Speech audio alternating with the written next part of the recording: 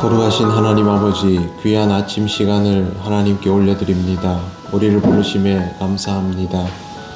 오늘도 하나님께 믿음으로 나아가며 아버지의 뜻대로 구하고 응답받는 이 시간이 되게 하옵소서. 예수님 이름으로 기도드립니다. 아멘. 찬송가 320장 하나님께 찬양드립니다. 찬송가 320장입니다.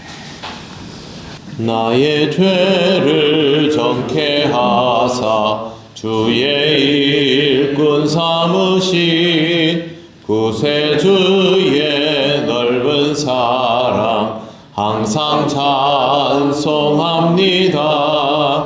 나를 일꾼 삼으신 주 크신 능력 주시고 언제든지 주 뜻대로 사용하여 주소서.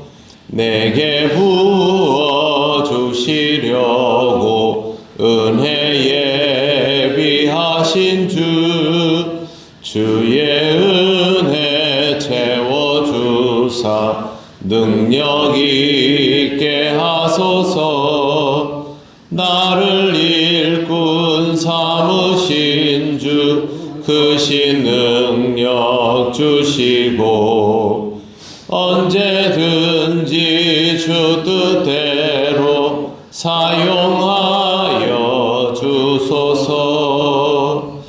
죄의 짐을 풀어주신 주의 능력 크도다.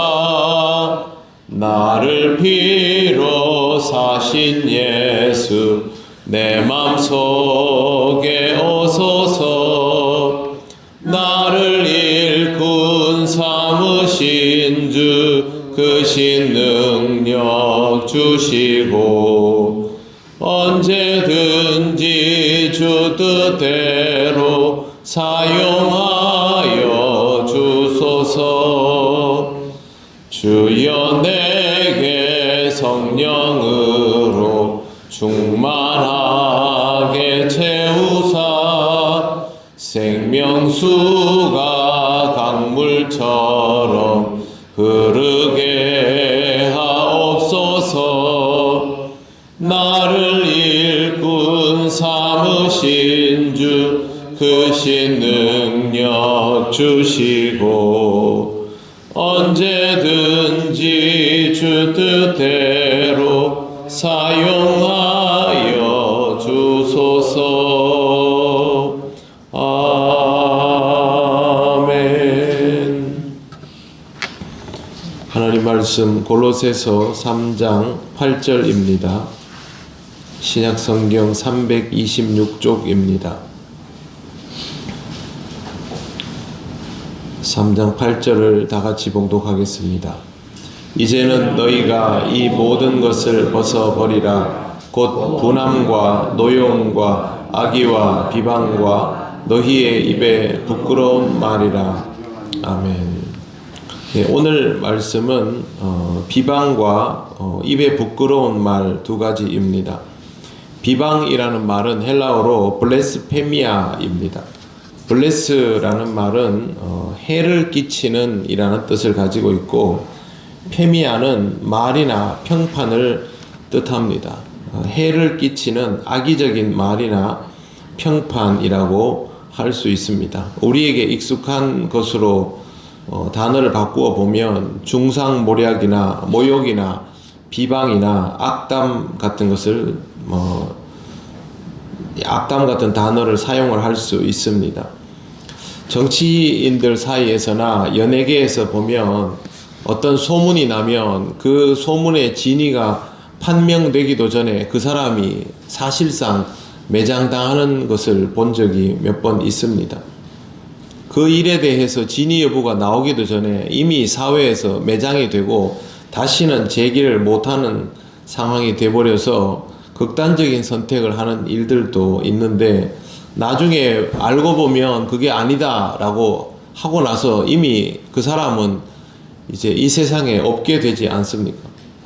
그런데 이런 상황에 대해서 과거에는 아니면 말고라는 식의 결과가 많았습니다. 교회 안에서도 이런 일들이 아주 가끔씩 있어 왔습니다. 남의 말은 부담을 가지지 않고 하는 경우들이 있는데 그 말들을 쉽게 한마디 두마디 던지다 보면 그 말이 꼬리에 꼬리를 물고 눈덩이처럼 불어나서 결국에는 그 말이 마치 확인되지도 않은 채로 사실인 것처럼 되어서 고통받는 경우들을 보게 됩니다. 상대방에 대해서 잘 알지 못하면서도 아는 것처럼 말할 때, 신앙적으로 말해 주어야 하는데 신앙적으로 말하지 않을 때 이런 일들이 일어납니다. 그리스도인에게서 이런 것들이 나타난다면 그것은 굉장히 심각한 일이 되죠.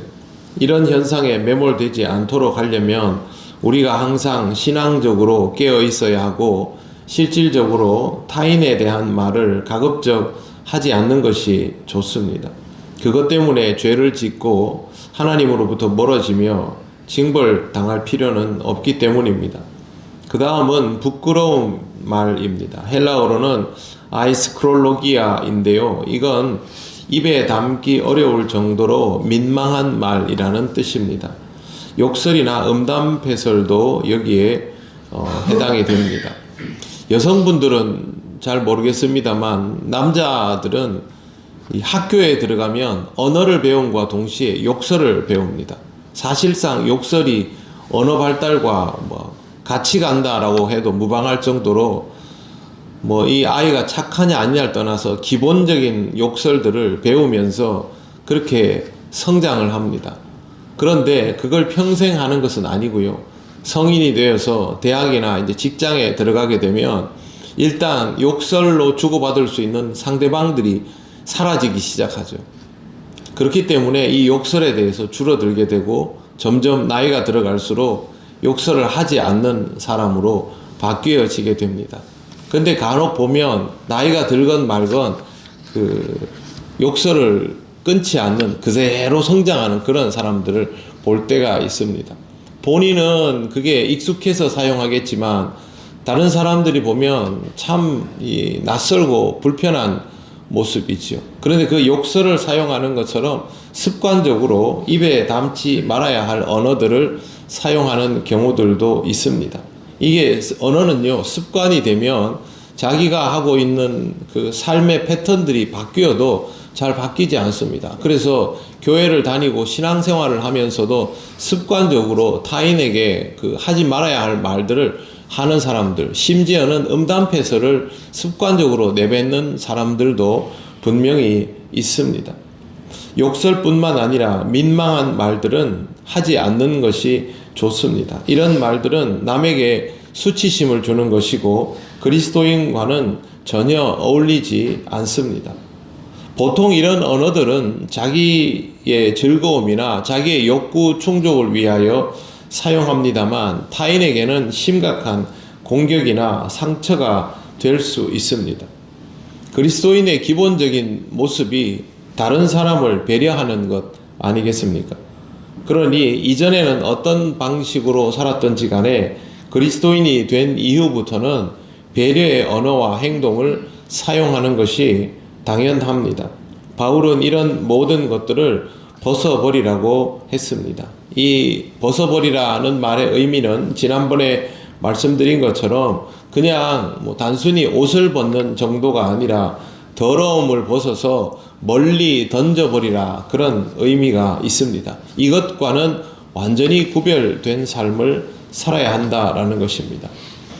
그리스도인이 진정으로 과거와 달라진다는 말은 스스로 달라졌다라고 말함으로 해서 확정되는 것이 아니라 그 사람의 말과 행동과 태도에서 변화가 느껴져야 비로소 달라진 것이라고 할 수 있습니다.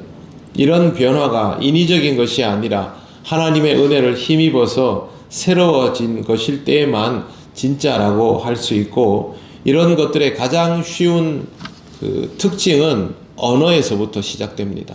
언어와 작은 행동에서부터 이런 것들이 드러나기 때문에 우리는 우리 자신을 돌아보면서 정말 내가 하나님의 사람으로서 필요한 행동과 언어 양식을 갖추고 있는 상태인지 아닌지를 당연히 알아볼 수 있습니다. 체면이나 다른 이유 때문이 아니라 오직 하나님께서 나를 변화시켜 주셨기 때문에 하나님이 허락하신 의인으로 칭함받는 삶에 합당하고자 새로운 모습을 점점 담아내고 익숙해져가는 그런 그리스도인으로 살아가시기를 바랍니다. 기도드리겠습니다.